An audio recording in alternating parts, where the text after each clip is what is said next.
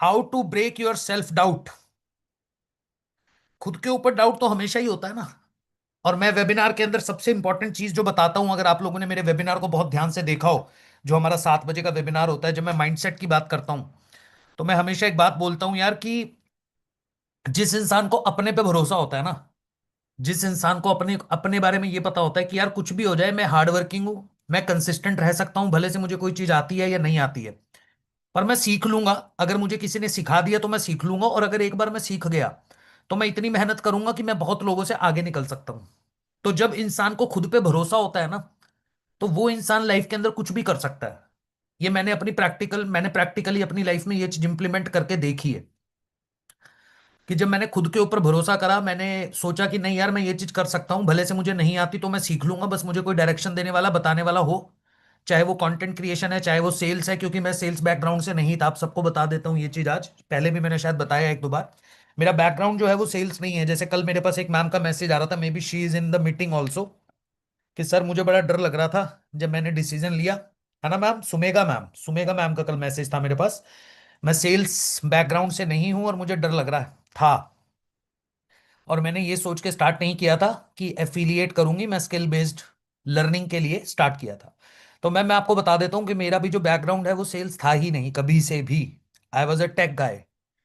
है ना, मैंने डिग्री कंप्लीट करी, अपनी बीटेक कंप्लीट करा, वो भी देश के अच्छे कॉलेज से, एनआईटी कुरुक्षेत्रा से, और उसके बाद मैं टेक में ही काम करता था। मैं डेवलपर था, सॉफ्टवेयर डेवलपर था, कोडिंग वोडिंग करता था बढ़िया।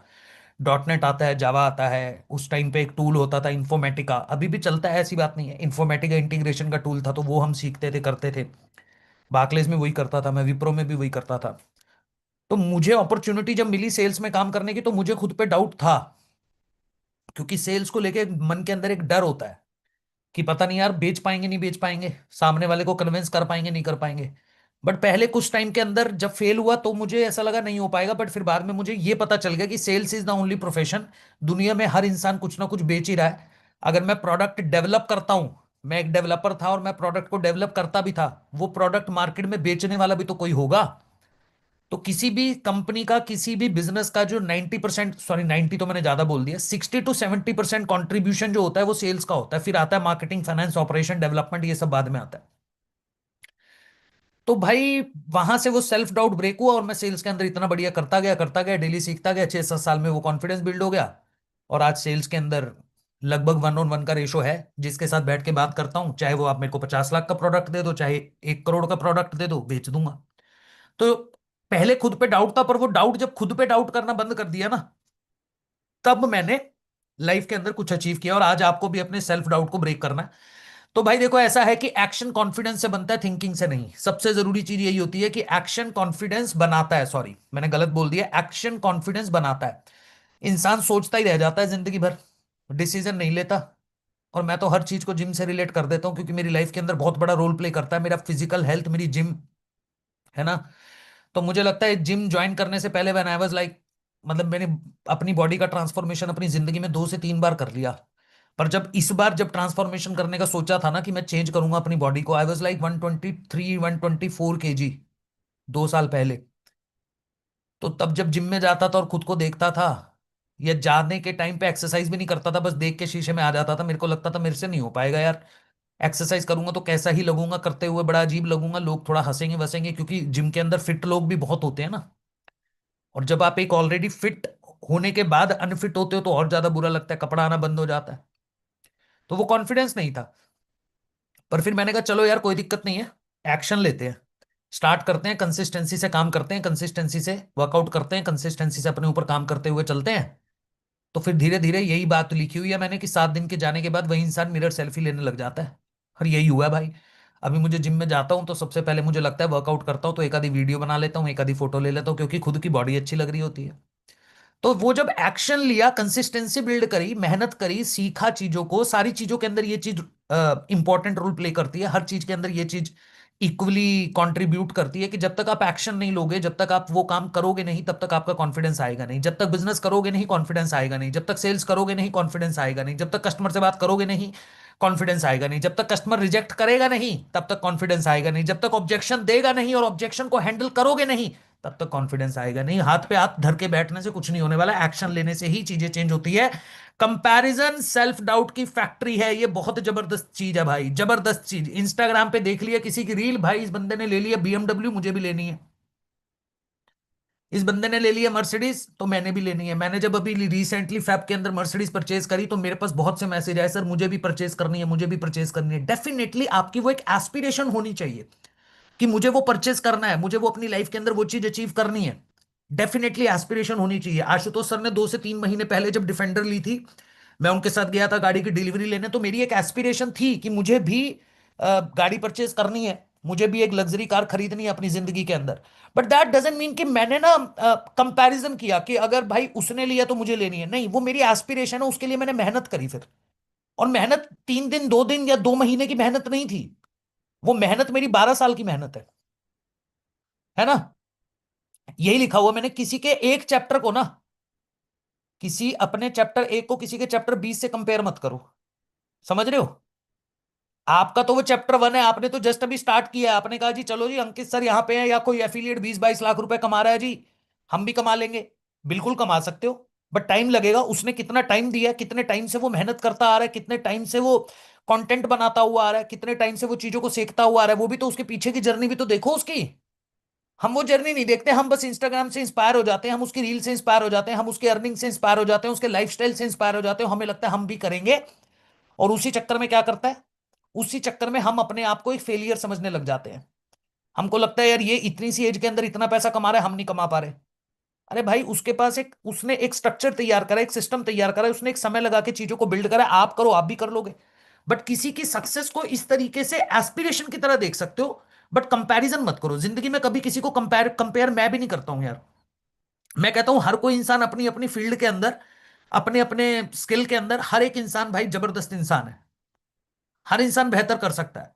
हर एफिलिएट मेरी नजर में उसी उतना ही बेहतर है जितना एक टॉप एफिलिएट या फिर कोई नहीं कमाने वाला एफिलिएट। क्योंकि जो नहीं कमाने वाला एफिलिएट है, मान लो आज वो नहीं कमा रहा है, बट हो सकता है 3 महीने बाद वही इंसान टॉप पे दिखना शुरू हो जाए। तो कभी किसी का कंपैरिजन मत करो, और खुद तो कभी भी किसी से अपने आप को कंपेयर मत करो, सेल्फ डाउट क्रिएट होना शुरू हो जाएगा। इसलिए कंपैरिजन बहुत दिक्कत वाली चीज है। स्मॉल विन सेल्फ बिलीव देती है, ये मैंने पहले भी बताया था, बार बार बताऊंगा, क्योंकि ये टॉपिक्स ऐसे हैं जिसके अंदर कोई ना कोई चीज रिलेट करेगी। छोटी छोटी जीत आपको हमेशा कॉन्फिडेंस सेल्फ बिलीव देती ही देती है। बड़े टारगेट को अचीव करने के लिए छोटा टारगेट अचीव करना बहुत जरूरी है। आज हर कोई कॉन्क्लेव में आना चाहता है, हर कोई अस्तित्व में आना चाहता है, 25 लाख का टारगेट अचीव करना चाहता है। पर मैंने बोला कि उस टारगेट को अचीव करने के लिए पहला टारगेट बनाओ कि मुझे आज, मतलब जो जो अभी हमारा दिल्ली का फिजिकल बूट कैंप है, उस बूट कैंप में आने का टारगेट बनाओ सबसे पहले तो। सबसे पहले तो ये टारगेट बनाओ कि एटलीस्ट एक बार फिजिकली में टाइम, मतलब कंपनी की मैनेजमेंट से, आशुतोष सर से, मुझसे मिल लो। है ना? फिर तो कॉन्क्लेव में भी आ जाओगे, क्योंकि वहां से इंस्पिरेशन मिल जाएगा, एस्पिरेशन मिल जाएगी।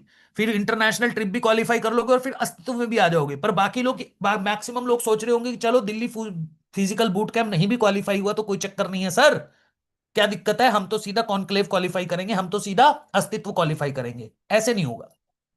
छोटे छोटे टारगेट को, अच्छा लोगों ने सोचा 3 महीने में 1 लाख करना है, अभी तो 1 महीना बचा है। भाई एक दिन भी आपके लिए उतना इंपॉर्टेंट है जितना 1 महीना आपके लिए। बस ये आपको ये सोचते हुए चलना है कि मुझे इसी महीने के अंदर अपने कॉन्टेस्ट को क्वालिफाई करना है। अगर आप कल के बूट कैंप के अंदर थे, तो कल एक बूट कैंप के अंदर हमारे साथ एक एफिलिएट पार्टनर आई थी, अंकिता मैम। उन्होंने अस्तित्व का टारगेट आज कंप्लीट कर लिया 1.5 महीने के अंदर। उन्होंने कहा सर अस्तित्व का टारगेट कंप्लीट तो करना ही था, 25 लाख तो करना ही था, पर मैंने उसको 1.5 महीने में अचीव कर लिया। क्यों कर लिया? क्योंकि मैंने अपने आप को एक टारगेट दिया, मैंने अपने आप को एक टास्क दिया कि बाकी के लोग हो सकता है 5 महीने में अचीव करेंगे, but I am the first person जो उस टारगेट को अचीव करके क्वालिफाई करके दिखाऊंगी। तो वो एक छोटी सी जीत उन्होंने 1.5 महीने में जो करी है, 25 लाख रुपए उन्होंने अर्न भी करा, पैसा भी कमाया और अपने अस्तित्व को क्वालिफाई कर लिया। पर हम लोग अपना टारगेट इस तरीके से नहीं, हम डिले करते हुए चलते हैं। आज तो संडे है, रेस्ट करेंगे, क्या हो गया, क्लोजिंग चल रही है, ऑफर चल रहा, तो क्या ही फर्क पड़ जाएगा। अभी तो पूरा महीना बचा हुआ है, आधा महीना बचा हुआ है, उसके बाद 1 महीना और है। तो हमने इतने रिलैक्स मोड में अपने आप को कर दिया कि वो होगा ही नहीं। बट उसी की जगह हमने सोचा कोई दिक्कत नहीं है, एक एक दिन इंपॉर्टेंट है। आज क्लोजिंग है, आज मेहनत मेहनत करेंगे, आज संडे है, कस्टमर फ्री होगा, आज कस्टमर से बात करके क्लोजिंग करेंगे। 2 बजे फाइनल क्लैरिटी का सेशन है, उस सेशन में बुलाएंगे, हो गया काम। तो छोटी छोटी जीत आपको सेल्फ बिलीव बनाती है। स्किल की कमी वाले लोगों को कॉन्फिडेंस कम होता है, ये तो सबको पता है ना। जिसको स्विमिंग नहीं आती वो पानी से डरेगा, जिसको क्लोजिंग नहीं आती वो सेल्स करने पर नर्वस होगा। सिंपल बात है ना ये। तो इसके लिए क्या करना चाहिए? इसके लिए अपने स्किल पे काम करना चाहिए। हमें वो चीजें सीखनी चाहिए जिससे हम अपने कॉन्फिडेंस को बूस्ट कर पाए। अगर कॉन्फिडेंस बूस्ट करना है, जिस इंसान के पास स्किल होता है ना, आज आज भगवान की कृपा से मेरे पास स्किल है। आज मैं अच्छा कम्युनिकेट कर लेता हूँ, अच्छा पब्लिक स्पीकर हूँ, कंटेंट क्रिएशन अच्छा कर लेता हूँ, स्क्रिप्टिंग अच्छी कर लेता हूँ, सेल्स अच्छी कर लेता हूँ, वेबिनार अच्छा कर लेता हूँ। तो मेरा कॉन्फिडेंस भी उतना ही हाई है ना। आपको अगर ट्रेनिंग में मेरा वो कॉन्फिडेंस दिखता है, मेरा कन्विक्शन दिखता है, वो क्यों है? वो इसीलिए तो है। अगर आज कोई कस्टमर मेरे से आके बोलता है कि जी मेरे को तो फ्रॉड लग रहा है, तो मैं क्या बोलता हूं? लग रहा है तो भाई निकल, अगले अगले घर देख। हम तो फ्रॉड कर रहे हैं ना, चल निकल यहां से फटाफट। मैं अपने कस्टमर को इतने कॉन्फिडेंस से क्यों बोल पाता हूं ये बात? क्योंकि मुझे पता है कि मेरे अंदर स्किल है, एक जाएगा दूसरा आ जाएगा। मैं दूसरे से बात कर लूंगा, पर मैं इससे फालतू की बहस नहीं करूंगा जो मेरे साथ फालतू में भिड़ना चाह रहा है कि जी नहीं, मुझे तो फ्रॉड ही लग रहा है, ऑनलाइन बिजनेस स्कैम होता है, मुझे तो लोगों को जोड़ने का ही काम लग रहा है। तो भाई तेरे को लग रहा है ना, तो एक काम कर, तेरे को लगने दे। मैं तेरी तेरी ये जो शंका है, तेरे मन का जो ये वहम है, वो दूर नहीं कर सकता, क्योंकि तू सोच के बैठा है, तू ठान के बैठा है। और मैं तेरे से बात करके अपना समय व्यर्थ नहीं करूंगा। मैं इसकी जगह चार लोगों से और बात करूंगा जो समझदार हैं, जिनको पता है कि ये अपॉर्चुनिटी कितनी बड़ी है, ये प्लेटफॉर्म कितना बड़ा है। उन लोगों से बात कर लूंगा, तेरे ऊपर टाइम वेस्ट नहीं करूंगा। तो मैं निकाल देता हूं उस बंदे को, क्योंकि मेरे अंदर स्किल है। एक से बात नहीं बनेगी, दूसरे से बात कर लूंगा। इसी को बोलते हैं कि जब आपके अंदर स्किल होता है ना, तो आपका कॉन्फिडेंस हमेशा हाई रहता है। पांचवा पॉइंट है भाई, सेल्फ डाउट अक्सर ओवर थिंकिंग का बच्चा होता है। है ना, बिल्कुल सही बात ये। ओवर थिंक जो लोग करते हैं ना, उनके अंदर खुद के ऊपर डाउट हो ही जाता है, उनको खुद के ऊपर डाउट हो ही जाता है। हम हमेशा सोचते हैं अगर लीड ले ली और कस्टमर वेबिनार में नहीं आया तो, कस्टमर ने वेबिनार अटेंड करके फोन नहीं उठाया तो, जिन लोगों ने बोला था ऑनलाइन बिजनेस में कुछ नहीं रखा, मैंने किया, और अगर मैं सक्सेसफुल नहीं हो पाया और फिर वो हंसेंगे तो, क्लाइंट को मैसेज करा, उसने मैसेज देखा तक नहीं तो। बस दिमाग ना फ्यूचर की एक फेक मूवी बनाता रहता है। फ्यूचर कोई प्रिडिक्ट ही नहीं कर सकता यार। फ्यूचर को आप ये जो बोलते हैं ना, एस्ट्रोलॉजर भी बोल देता है ना कि फ्यूचर में ये हो जाएगा वो हो जाएगा। अरे भाई, किसी को भी नहीं पता क्या होने वाला है। एकमात्र चीज जो आपके फ्यूचर को बिल्ड कर सकती है, that is your consistency, that is your positive efforts towards your life, positive attitude towards your life. आप कितनी पॉजिटिविटी के साथ मेहनत करते हो, ओवर थिंक नहीं करते हो, फालतू की चीजों पर ध्यान नहीं देते हो। आप कहते हो जी भाई मेरा ये काम है, मुझे सीखना है, मुझे मेहनत करनी है, मुझे सीखते हुए चलना है, कंसिस्टेंसी से काम करना, दैट्स इट, मुझे इसके अलावा कुछ दिमाग नहीं लगाना। देखते हैं फ्यूचर में क्या होगा। और मैं बता देता हूं, जो इंसान इस एटीट्यूड से काम करता है, इस पर्टिकुलर थिंकिंग से काम करता है, तो मैं एक बात बता देता हूं, वो इंसान जब ओवर थिंक करना बंद कर देता है, तो उसका सेल्फ डाउट खत्म हो जाता है। वो रिजेक्शन को एक्सेप्ट करना सीख जाता है, वो रिजेक्शन को फेस करना सीख जाता है, वो रिजेक्शन से डरना बंद कर देता है। तो इसी को बोलते हैं भैया ओवर थिंकिंग। इसलिए बोलता हूं जिंदगी में करनी बंद कर दो। ओवर थिंकिंग से आपको कुछ नहीं होने वाला, सारा दिन स्ट्रेस होने वाला है। छठा पॉइंट भाई, इन्वायरमेंट आपका सेल्फ बिलीफ तय करता है। ये तो बिल्कुल सही बात है। जैसे लोगों से बात करोगे, जैसे लोग कंटेंट देखोगे, जैसा इंस्टाग्राम पे वीडियोस देखोगे, जैसी यूट्यूब पे वीडियोस देखोगे, जैसी नेटफ्लिक्स की सीरीज देखोगे, तो आपका वैसा ही इन्वायरमेंट है और वैसा ही आप अपन को, अपने पे विश्वास। जैसे क्या कहते हैं, टाइगर का बच्चा भी खुद को बिल्ली समझने लगता है ना, अगर वो बिल्लियों के बीच में रहना शुरू कर दे। होता है ना, शेर का बच्चा भी अपने आप को बिल्ली समझने लग जाता है कि दिखता तो मैं इन्हीं की तरह हूं भाई, बिल्लियों की तरह ही दिखता हूं, मैं बिल्ली ही होऊंगा। है तो वो शेर का बच्चा, पर वो बिल्लियों के साथ रह रहा है। तो कुछ टाइम के बाद कहेगा कि यार मैं दिख तो इसी की तरह ही रहा हूं, ज्यादा फर्क तो लग नहीं रहा कुछ बहुत बड़ा, बस थोड़ा बहुत स्ट्रक्चर का फर्क है। ये तो होता ही है, मोटा पतला इंसान, जानवर। तो मैं भी बिल्ली का ही बच्चा हूं, तो वो बिल्ली वाली जिंदगी ही जीने लग जाता है ना। क्योंकि वो बिल्लियों के बीच में रह रहा है, तो उसका माइंडसेट बिल्लियों वाला बन जाता है। तो नेगेटिव लोगों के बीच में रहोगे तो माइंडसेट नेगेटिव ही बनेगा। पर शेर शेर जो है, वो अगर जो दो तीन चार शेर का जो मतलब वो होता है, एक सर्कल होता है ना, तो वो वहां पे अगर बिल्ली के बच्चे को छोड़ दिया जाए, तो फिर वो अपने आप को शेर भी समझने लग जाता है। शेर के सर्कल में अगर बिल्ली का बच्चा छोड़ दिया जाए ना, और उन्हीं शेरों ने उनको पाला हो, तो फिर वो सोचता है मैं अच्छा इन्हीं का बच्चा हूं भाई, मैं भी शेर ही हूं। तो विनर्स के साथ बैठोगे, मेरी ट्रेनिंग अटेंड करोगे, तो ऐसे ही माइंडसेट बिल्ड होगा कि जिंदगी में कुछ बहुत कुछ उखाड़ लेंगे। आइडियलप्रेन्योर में काम करोगे तो ऐसे ही माइंडसेट बिल्ड होगा। तो विनर्स का जो माइंडसेट होता है, वो इन्वायरमेंट क्रिएट करता है। कैसे इन्वायरमेंट में आप जी रहे हो, किन लोगों से आप बात कर रहे हो, कितने आपके दोस्त हैं, और वो दोस्त क्या माइंडसेट रखते हैं। एंटरप्रेन्योर्स के साथ बैठोगे, एंटरप्रेन्योरशिप का माइंडसेट आ जाएगा। नौकरी करने वाले के साथ बैठोगे, जो जिंदगी भर नौकरी में फंसना चाहता है, वो नौकरी के लिए आपको पॉजिटिव कर देगा कि भैया नौकरी से बढ़िया कुछ नहीं है, सुबह जाओ शाम को आओ, पैसा जेब में आता है, बात खत्म हो गई। और यही तो जिंदगी है, क्या ही रखा है लग्जरी लाइफस्टाइल के अंदर, उसमें भी 5 लोग बैठेंगे भाई, बड़ी गाड़ी के अंदर भी और छोटी गाड़ी में भी तो 5 में ही बैठ जाओ। आजकल तो सरकार ने वैसे ही बोल दिया गाड़ी निकालनी बंद कर दो, क्या करोगे मर्सिडीज लेके? क्यों? ये मोदी जी ने जैसे ही बोल दिया ना कि भैया गाड़ी वाड़ी में चलना बंद कर दो, मेट्रो यूज करना शुरू कर दो, थोड़ा सा क्राइसिस आने वाला है या आ सकता है, तो भाई वो लोग बड़े खुश होते हैं जिन्होंने जिंदगी में मर्सिडीज खरीदनी नहीं थी और उनके बस की नहीं थी, वो कहते हैं अब क्या करेंगे, अब तो मोदी जी ने बंद कर दिया, आने वाले टाइम में ये सब गाड़ियां बंद हो जाएंगी, देखना तुम। आने वाले टाइम में हर इंसान साइकिल पे चलेगा, उनसे बात करो वो यही बताएंगे आपको। वो आपको यही ज्ञान देंगे कि जी आने वाले टाइम में ना देखना सब लोग आपको साइकिल पे चलते हुए दिखेंगे, ये गाड़ियां वाड़ियां तो दिखनी ही बंद हो जाएंगी रोड के ऊपर। क्योंकि ना तो उसने खरीदनी थी, ना उसकी औकात बनने वाली थी गाड़ी खरीदने वाली, तो वो आपको भी बोलता और आप भी सोच लेते हो यार बात तो सही बोल रहा है, क्या ही रखा है 1 करोड़ की गाड़ी लेने में, है ना, क्या ही रखा है इतना बड़ा घर लेने में, कि कुछ नहीं बचने वाला, आने वाले टाइम में इतना कुछ हो जाएगा, पेट्रोल ही नहीं मिलेगा गाड़ी में डलवा के हंसने लग जाएगा तेरे ऊपर, कहेगा, आप कहोगे उसे भाई मेरे को ना गाड़ी खरीदनी है, मेरा मन है रेंज रोवर खरीदने का आज से 2 साल बाद, वो कहेगा क्या करेगा खरीद के, रेंज रोवर में डालने के लिए पेट्रोल ही नहीं होगा जब मार्केट में, तो क्या करेगा, फालतू की चीजों में टाइम वेस्ट कर रहा है। और आप कहोगे यार बात तो सही बोल रहा है, 2 साल के बाद पेट्रोल ही नहीं होगा, गाड़ी में क्या डालूंगा, छोड़ो यार, मेरे को तो लगता है ये सारी गाड़ियां बंद ही हो जाएंगी। ये इन्वायरमेंट आपको ऐसा माइंडसेट क्रिएट करके दे देता है भाई। परफेक्शन का इंतजार होता है भैया लोगों को कि जब हम परफेक्ट हो जाएंगे तभी कुछ करेंगे। जिंदगी के अंदर बस एकदम कैमरा बढ़िया चाहिए, माइक एकदम हाई क्वालिटी का चाहिए, है ना, एकदम बढ़िया सेटअप चाहिए, बैकग्राउंड बढ़िया चाहिए, एडिटर इतना परफेक्ट चाहिए कि बता ही नहीं सकते, क्योंकि उनको लगता है सारा खेल तो इन्हीं चीजों का है, इसलिए इंस्टाग्राम पे कंटेंट डालना शुरू ही नहीं करते। कि जी पहले तो हमें एक बहुत बढ़िया आईफोन चाहिए जो कि मेरे पास आज तक नहीं है, मैंने कितनी बार बताया है ना, कि जी हमें एक तो पहले आईफोन चाहिए शूट करने के लिए। ठीक है सर, ये एक दिक्कत है जिस वजह से हम कंटेंट बनाना शुरू नहीं करते। दूसरा सर हमारे पास माइक नहीं है, अब हमारा 10 12 15 हजार का माइक आएगा वो हम खरीद नहीं पा रहे हैं।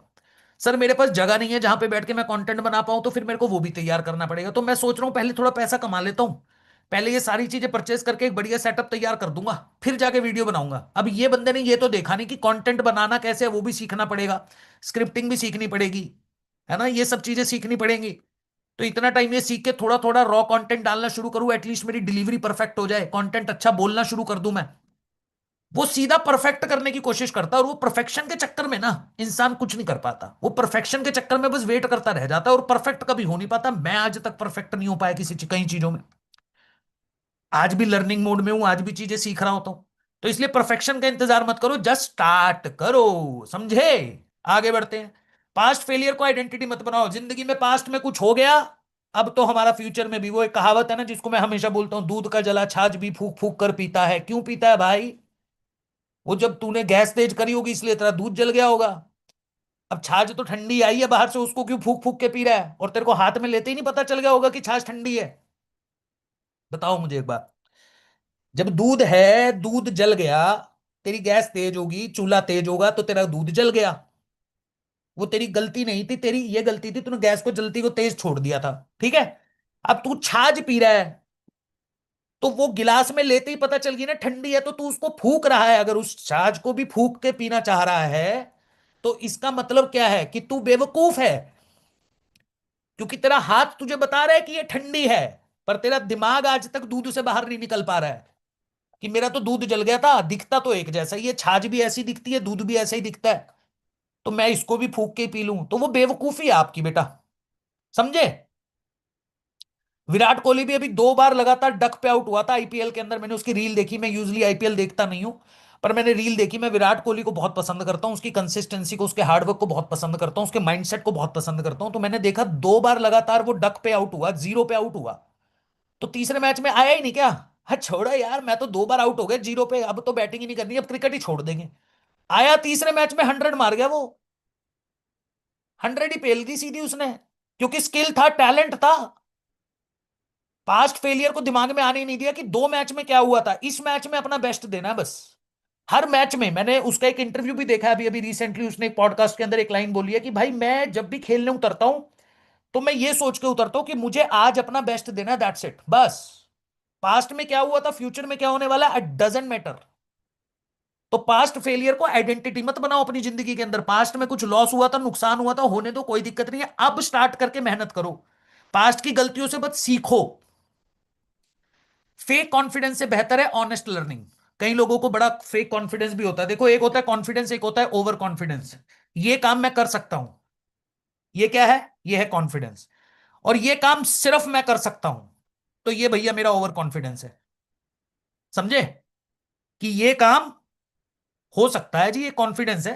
किया जा सकता है, मेहनत की जा सकती है, महीने का 1 लाख 2 लाख 3 लाख रुपए कमाया जा सकता है।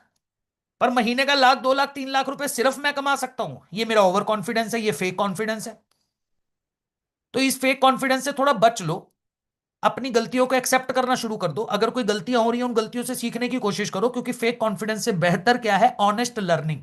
अपनी गलती को एक्सेप्ट कर लो कि हाँ, हो सकता है मुझे नहीं आता, अब मैं सीख लूंगा। जबरदस्ती मत करो कि नहीं नहीं, अबे तेरे को कैसे पता, तू तू मेरे से ज्यादा ज्यादा समझदार है क्या? है? मैं आज भी अगर किसी, हो सकता है कि मैं किसी अपने से कम डेजिग्नेशन वाले या अपने से कम किसी मान लो, चलो मैं कंटेंट का एग्जांपल दे देता हूं आपको।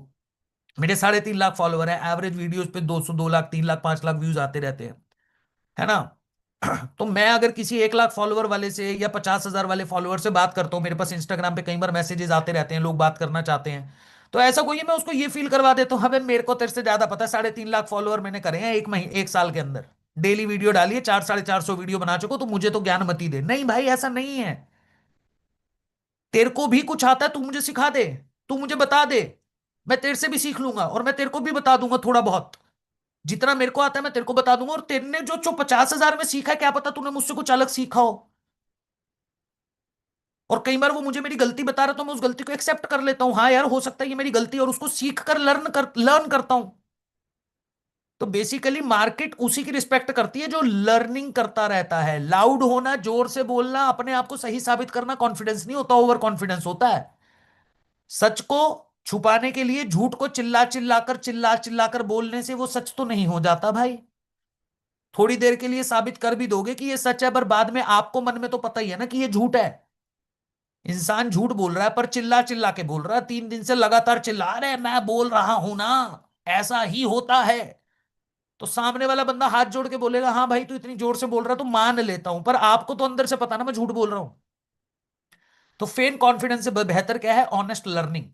और सेल्फ डाउट खत्म नहीं होता, कंट्रोल करना सीखो। सेल्फ डाउट कभी खत्म नहीं होता, ये एक ऐसी चीज नहीं है जिसको आज आप मीटिंग अटेंड करोगे और कहोगे लो जी आज हमने अपना सेल्फ डाउट खत्म कर दिया, आज के बाद हम खुद के ऊपर डाउट करना बंद कर देंगे। ऐसा नहीं होता। हमेशा कोई ना कोई लाइफ के अंदर एक स्टेज आती रहती है, कोई ना कोई एक सिचुएशन आती रहती है जहां पे हमको खुद के ऊपर थोड़ा सा डाउट होने लगता है। स्टेज पे जाने से पहले आज भी, ये बिल्कुल सही लाइन लिखी हुई है मैंने, कि स्टेज पे जाने से पहले आज भी इतने मैं स्टेज शो तो नहीं बोलूंगा, एटलीस्ट स्टेज पे प्रेजेंटेशन दे चुका हूं, अच्छे अच्छे कॉलेजेस में जाके टेट टॉक दे चुका हूं, है ना? पहली टेट टॉक दी थी, मेरी टांगे रूह कांप गई थी। टांगे तो दूर की बात है, रूह कांप गई थी मेरी, मुझे सामने कुछ दिख ही नहीं रहा था। मैं पहली बार टेट टॉक देने गया, तो यूजली जब मैं स्टेज पे जाता था तो मुझे सामने ऑडियंस दिखती थी, तो मैं ऑडियंस से कम्युनिकेट करता था और बड़ा अच्छा डिलीवर कर देता था। पर जब मैं पहली बार टेट टॉक देने गया, तो सामने कोई था ही नहीं, मतलब थे लोग थे, पर इतना अंधेरा था मुझे कुछ नहीं दिख रहा था। मेरे ऊपर पूरी लाइट आ रखी थी, पीछे मेरे स्क्रीन थी, मेरी रूह तक कांप गई थी भाई, क्या बोलना है। और उससे पहले इतना ज्यादा स्टेज पे ऑलरेडी बोल चुका था, एक अच्छा पब्लिक स्पीकर रह चुका हूं, अभी भी बोल लेता हूं, वेबिनार्स कर चुका हूं, पर ये डर होता है। और उस पर्टिकुलर टेट टॉक में जाने से पहले भी मन के अंदर एक डर था, वो हमेशा रहता है। तो आप अगर सोचो ना कि मैं सेल्फ डाउट को खत्म कर दूंगा, वो खत्म कभी नहीं हो सकता। आप उसको कंट्रोल कर सकते हो। करेज का मतलब फियर एब्सेंस नहीं है, मतलब आपके अंदर डर ही खत्म हो जाए, नहीं, ऐसा नहीं है। डर होने के बाद भी अगर आप काम कर रहे हो, एक्शन ले रहे हो, सही डायरेक्शन में काम कर रहे हो, उसको बोलते हैं कंट्रोल करना। कि डर खत्म ही कर दिया जी हमने, तो बिल्कुल ही डर खत्म कर दिया, अब हमने स्विमिंग सीखी नहीं है, हमने कहा जी डूब ही नहीं सकते हम तो, कुछ भी हो जाए। आपको स्विमिंग नहीं आती है, पर किसी ने बोला कि सेल्फ डाउट मत करो, आपने कहा ठीक है बहुत अच्छी बात है, और सीधा जाके गंगा में डुबकी मार दी कि जी चलो अब तो सीधा ही, अपने को तो डर खत्म हो गया, सेल्फ डाउट नहीं है, कुछ भी हो जाए हम तो हाथ पैर मार के तैर ही लेंगे। तो इसको बेवकूफी बोलते हैं।